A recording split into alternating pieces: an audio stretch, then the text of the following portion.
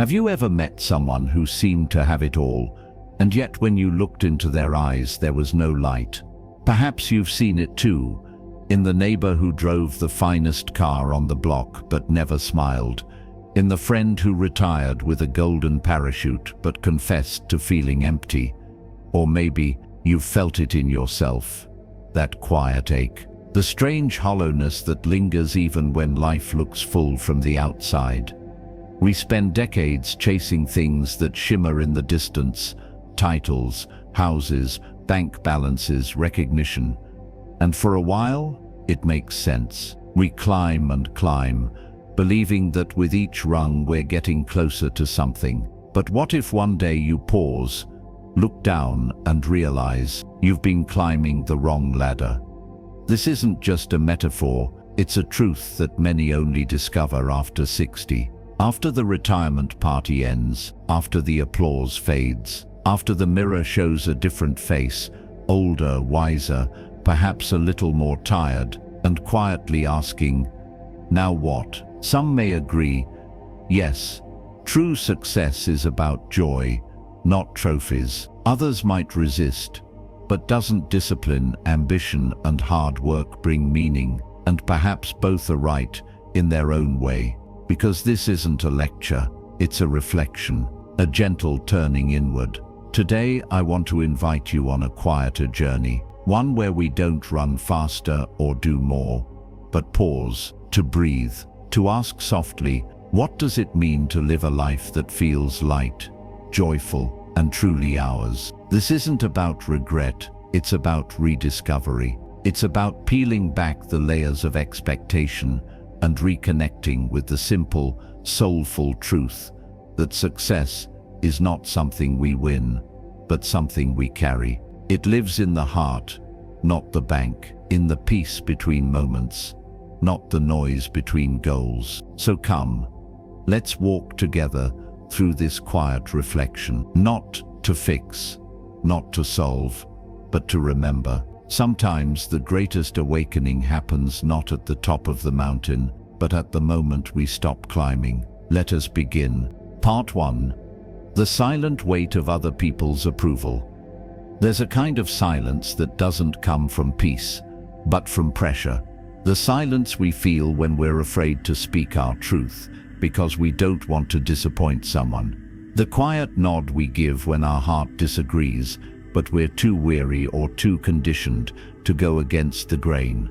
And for many of us, that pressure has followed us for years, quietly shaping the choices we made, the paths we walked, and even the parts of ourselves we never let fully bloom. I remember speaking to an old friend, let's call him Tom. He was in his early 70s, a retired engineer who had lived what most would call a model life. He had 3 children, a stable marriage, and a career that spanned 4 decades. Yet, as we sat on his back porch one evening, sipping warm tea beneath the soft hum of summer crickets, he confessed something quietly. "You know, I did everything they expected. Every single thing. And now I'm sitting here wondering, did I ever really do anything just for me?" That question lingered between us, heavier than the night air. For Tom, and for many of us, life became a long act of meeting expectations. Parents, teachers, bosses, even friends. There was always someone to please, some image to uphold. And the strange thing is, even after retirement, after the kids are grown and the work is done, that voice doesn't always leave. It becomes internalized. We start judging ourselves through the eyes of people who may no longer even be watching.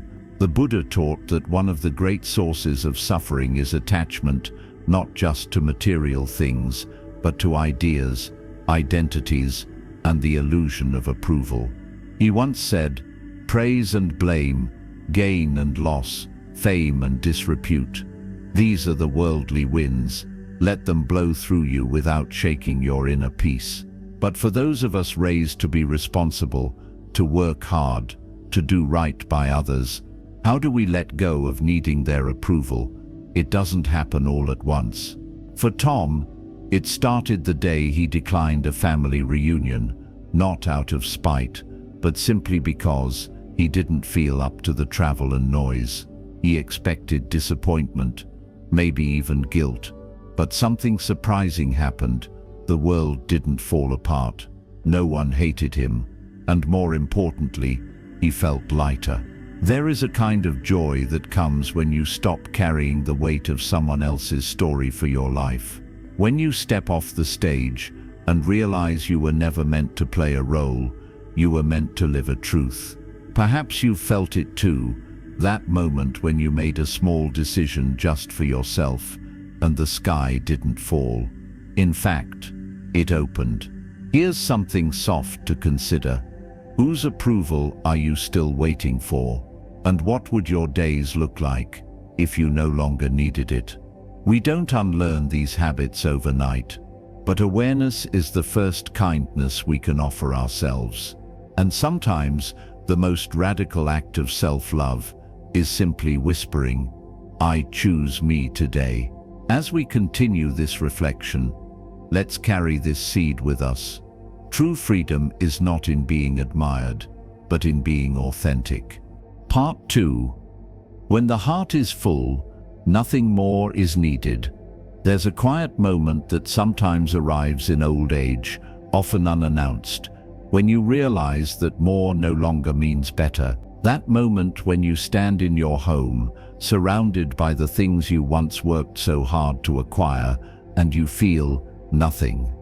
No spark, no joy, just space. And in that space, a question arises, softly but firmly: why did I think this would fulfill me? Many of us grew up believing that happiness would come after we got it all together, after we bought the house, raised the children, retired comfortably, or achieved something that the world would recognize as success.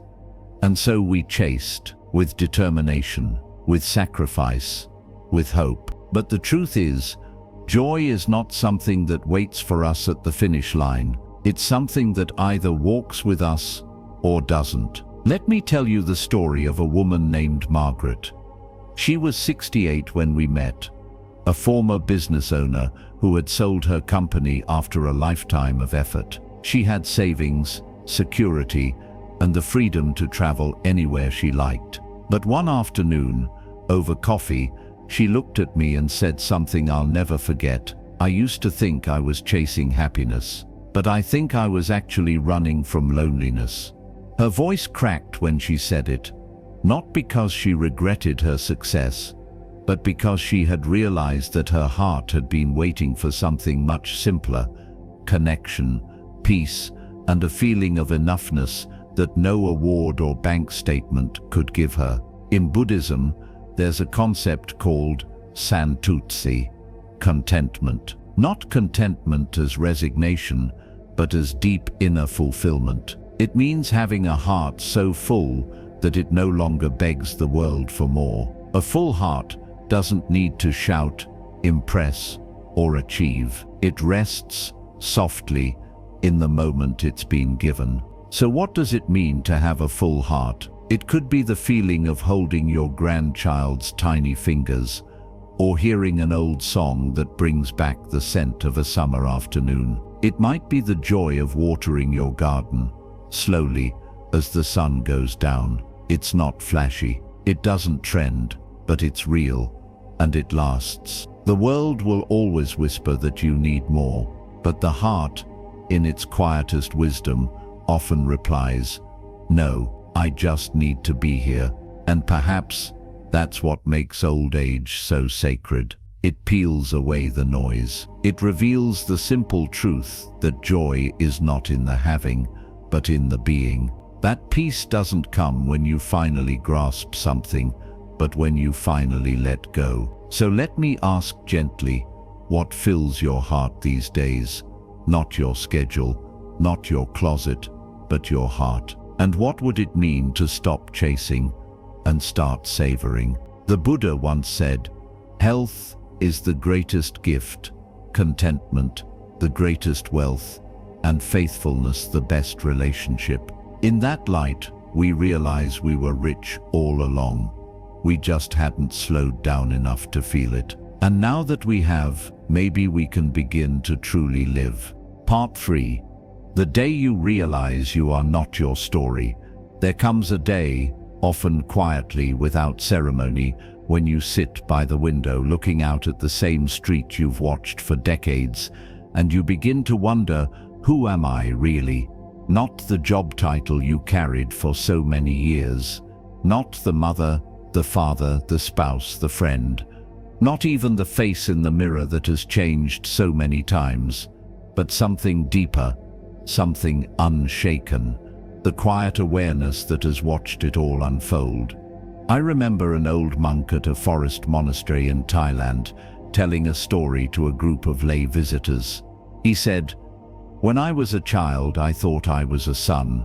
When I grew up, I thought I was a student. Then I became a monk, and I thought I was spiritual. But now, after all these years, I know I am none of those things.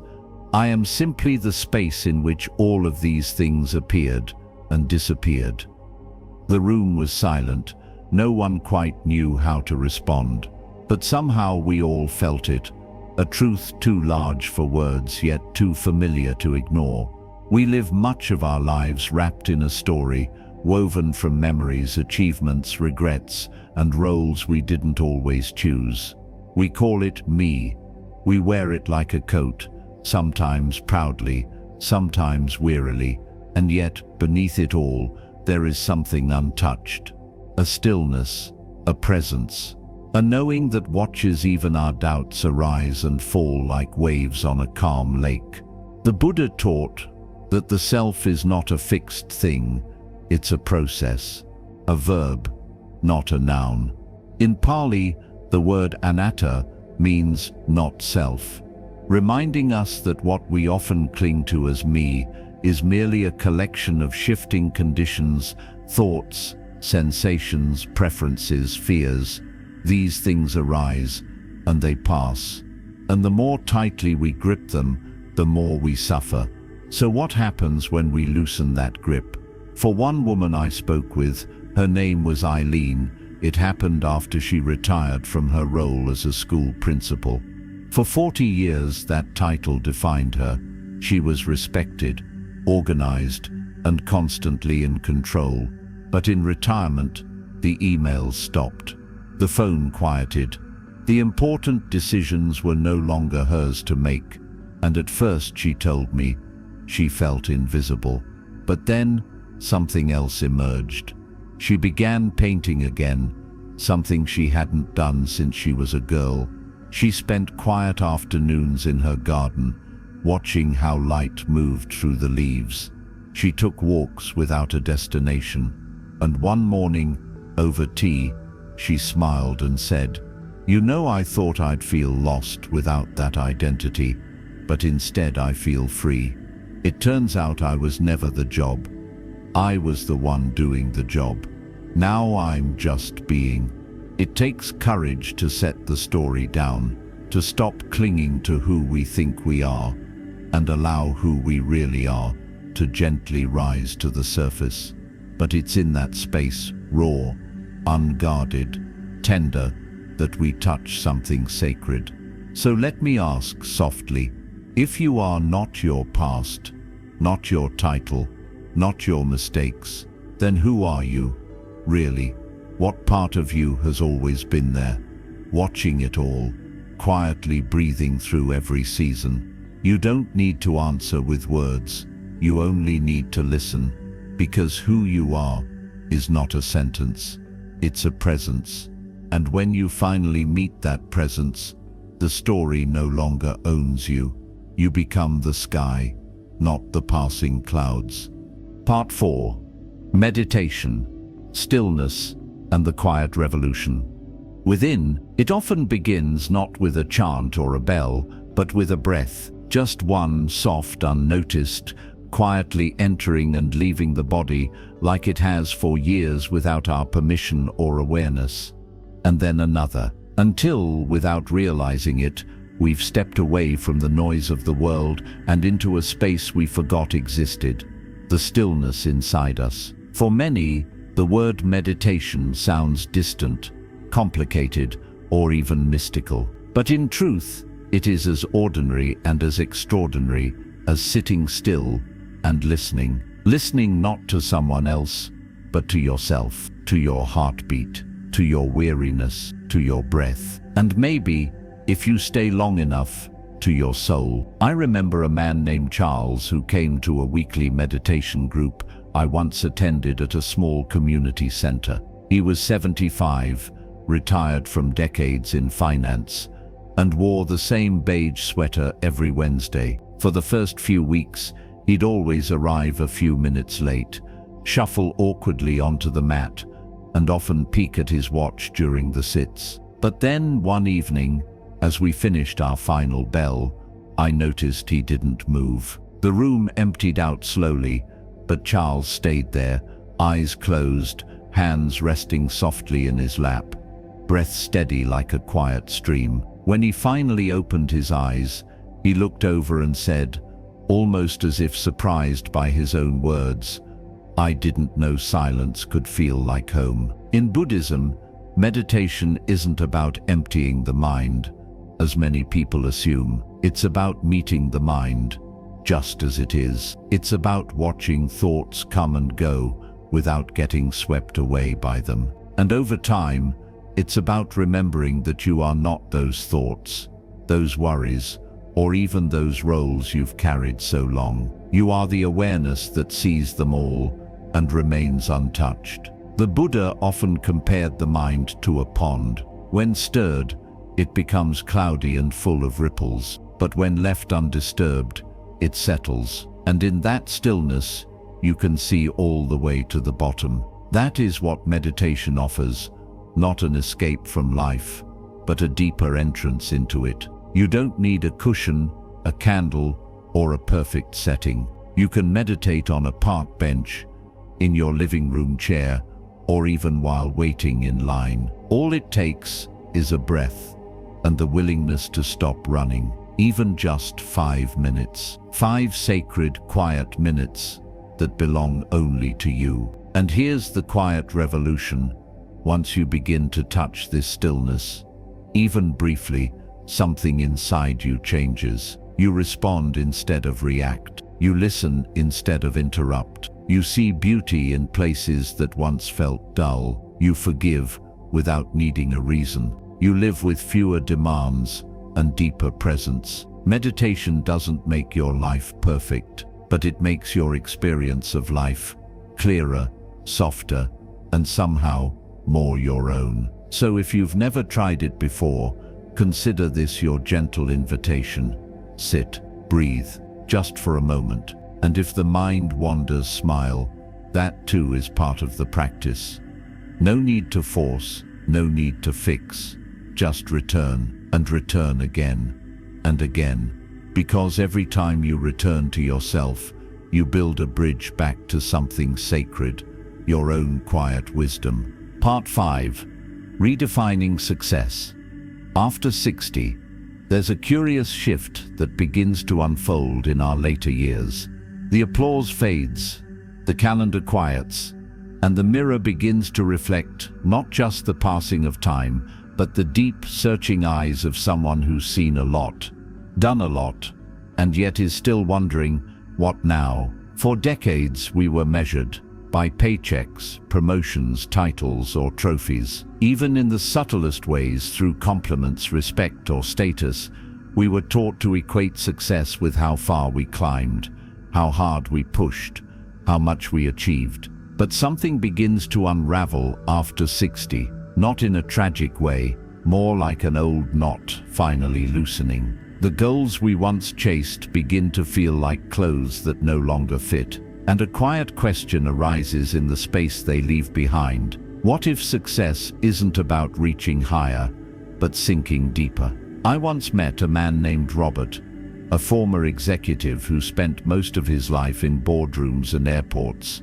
His life was a blur of meetings, deadlines, and deals. He had what people called an impressive resume, the kind of life that looks good in holiday letters. But when I saw him years after retirement, sitting beneath the shade of a maple tree with a sketchbook in his lap, I asked him how it felt to no longer be needed. He smiled, not with bitterness, but with peace, and said, "For the first time in my life, I'm discovering who I am when I'm not proving anything." That to me is the very heart of redefining success. In Buddhism, there's a concept called right livelihood, not just about what we do, but how we do it and why. It reminds us that the purpose of work and of life is not to gather accolades, but to align with compassion, purpose, and clarity. True success in this view is measured by the quality of our presence, not the weight of our possessions. So what might success look like after 60? Perhaps it's waking up without an alarm clock and letting your day unfold gently. Perhaps it's having the time to write a letter, tend a garden, call an old friend. Perhaps it's finally learning to say no to things that drain you and yes to what feeds your spirit. And perhaps, most beautifully, success is no longer needing to be someone in particular, just being yourself, fully and kindly. But that shift doesn't always come easily. Many people feel guilt, even shame when they slow down, as if rest must be earned, as if peace is somehow indulgent. Yet the Buddha himself spent much of his life walking slowly, sitting silently, offering presence over performance. He showed us that stillness is not laziness, it is wisdom in motion. So if you find yourself in that tender place, between who you were and who you are becoming, know that you're not lost, you're just returning. Returning to a definition of success that's not handed to you by society, but whispered by your soul. Let me offer this reflection. What if your greatest success is not behind you, but in how you choose to live these next quiet years? Not in how loudly the world claps, but in how softly your heart beats in joy. Because in the end, success may not be about being remembered by the world, but about remembering yourself. Part 6. Love, Aging, and the Art of Letting Go of Being Right. There's a quiet elegance that grows in long relationships, the kind that have weathered years, children, illnesses, disappointments, and joys too deep for words. And somewhere in the middle of all that, you stop trying to win and start learning to love. I once asked a couple, married for 52 years, what their secret was. The husband chuckled and said, "I stopped needing to be right." And suddenly we both started being happy. His wife, sitting beside him, didn't say a word. She just reached over and touched his hand. And in that small gesture, I saw an entire lifetime of understanding, forgiveness, and letting go. There's a common illusion when we're young, that love is about passion, compatibility, or finding someone who agrees with us. But over time, we come to understand that real love is about space. The space to disagree, the space to grow, the space to fall down and be helped up again and again by someone who sees who you are, not just who you were trying to be. In Buddhism, the practice of metta, loving kindness, isn't based on liking or agreeing with someone. It's a gentle wish for their happiness, no matter the circumstances. It's the soft murmur of the heart that says, "May you be well, may you be at peace." And sometimes we must learn to whisper that not only to our partners, but to ourselves. You see, many conflicts in long-term relationships don't stem from deep betrayal. They often come from small, sharp edges, a look misunderstood, a word spoken too quickly, a memory interpreted differently. And what fans the flame isn't the disagreement itself, but the insistence on being right. But here's the truth.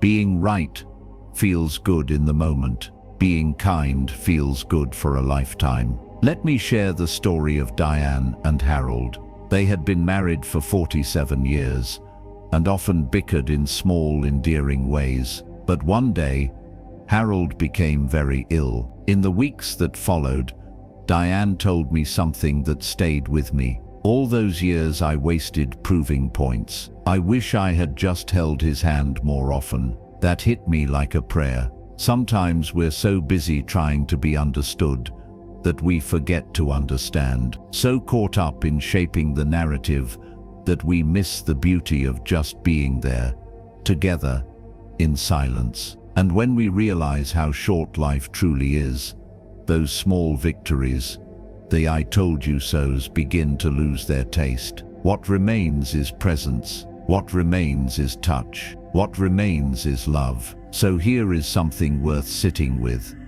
What would it feel like to let go of being right and simply be together? Not as opponents in a debate, but as companions on a road that neither of you fully understands, but walk anyway, side by side. The Buddha once said, "Holding on to anger is like grasping a hot coal with the intent of throwing it at someone else. You are the one who gets burned." And often that anger is simply another name for our need to be right. So maybe today, we can offer something softer to the one beside us. A kind word instead of a correction. A listening ear instead of a rebuttal. A simple breath shared in silence. Because in the end, no one is keeping score. And love, in its truest form, is not a game to win, but a home to return to. Part 7. Death, Reinvention, and the Moment Called Now.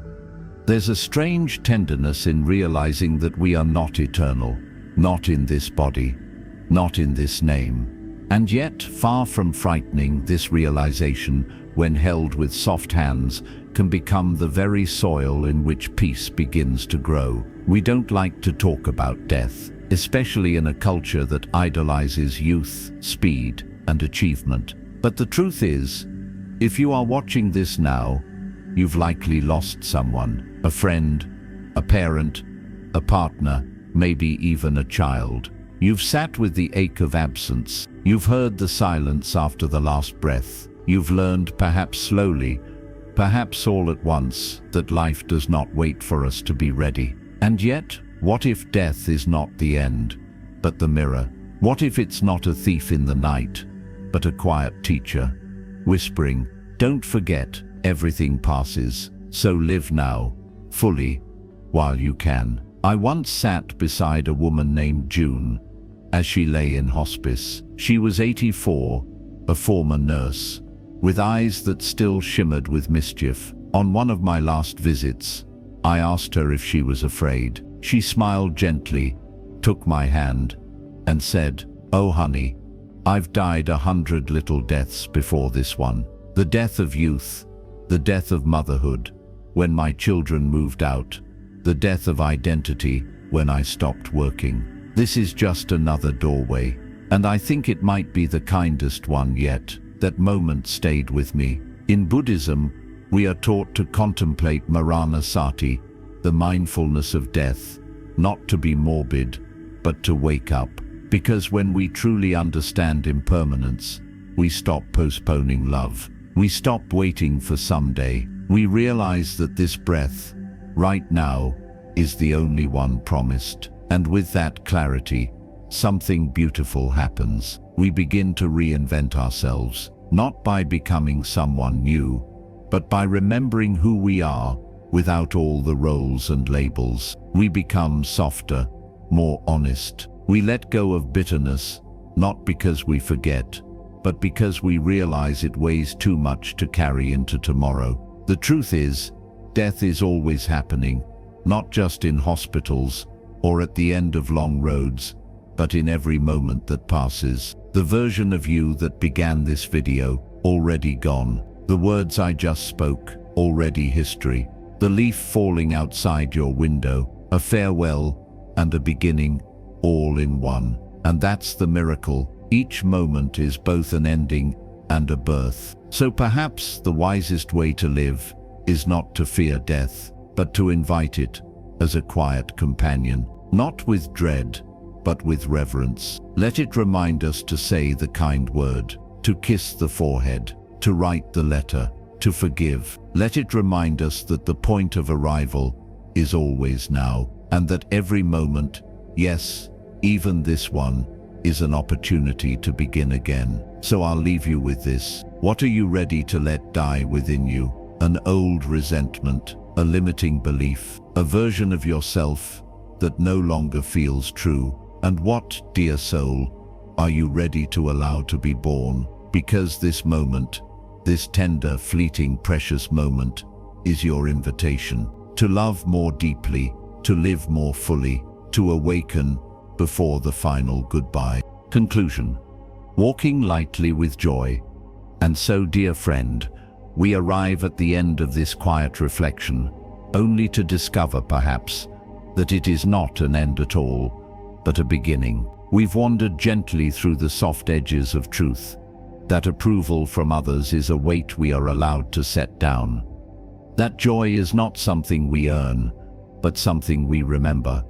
That we are not the stories we were told, or the ones we told ourselves. That in stillness we do not disappear, we return. That success after 60 might look nothing like ambition, but everything like peace. That love deepens not through winning, but through the sweet surrender of being present. And that death, far from being our enemy, is simply the gatekeeper of now. These are not just ideas, they are invitations to sit, to breathe, to soften, to look gently at this life, not with regret, but with curiosity, not asking, "What did I miss?" but instead, "What can I still become?" The Buddha once said, "As a candle cannot burn without fire, men cannot live without a spiritual life." And maybe, as we grow older, the flame we once used to chase the world now becomes the warm glow that illuminates the space within us. A space filled not with urgency, but with quiet joy. So let me ask one last question. If you were to live the rest of your days as a prayer, not of words but of presence, what would that feel like? What would it look like to walk slowly, speak kindly, forgive quickly, and laugh fully, even if no one else is watching? Because in the end, it's not the world's applause we're seeking. It's that subtle peace within, the one that whispers, "Yes, this is enough." If today's reflection touched something gentle in you, consider walking with us again. You don't need a map, just a willingness to return to your breath, to your heart, to your life, one mindful step at a time. Until we meet again, may you find quiet joy in the ordinary.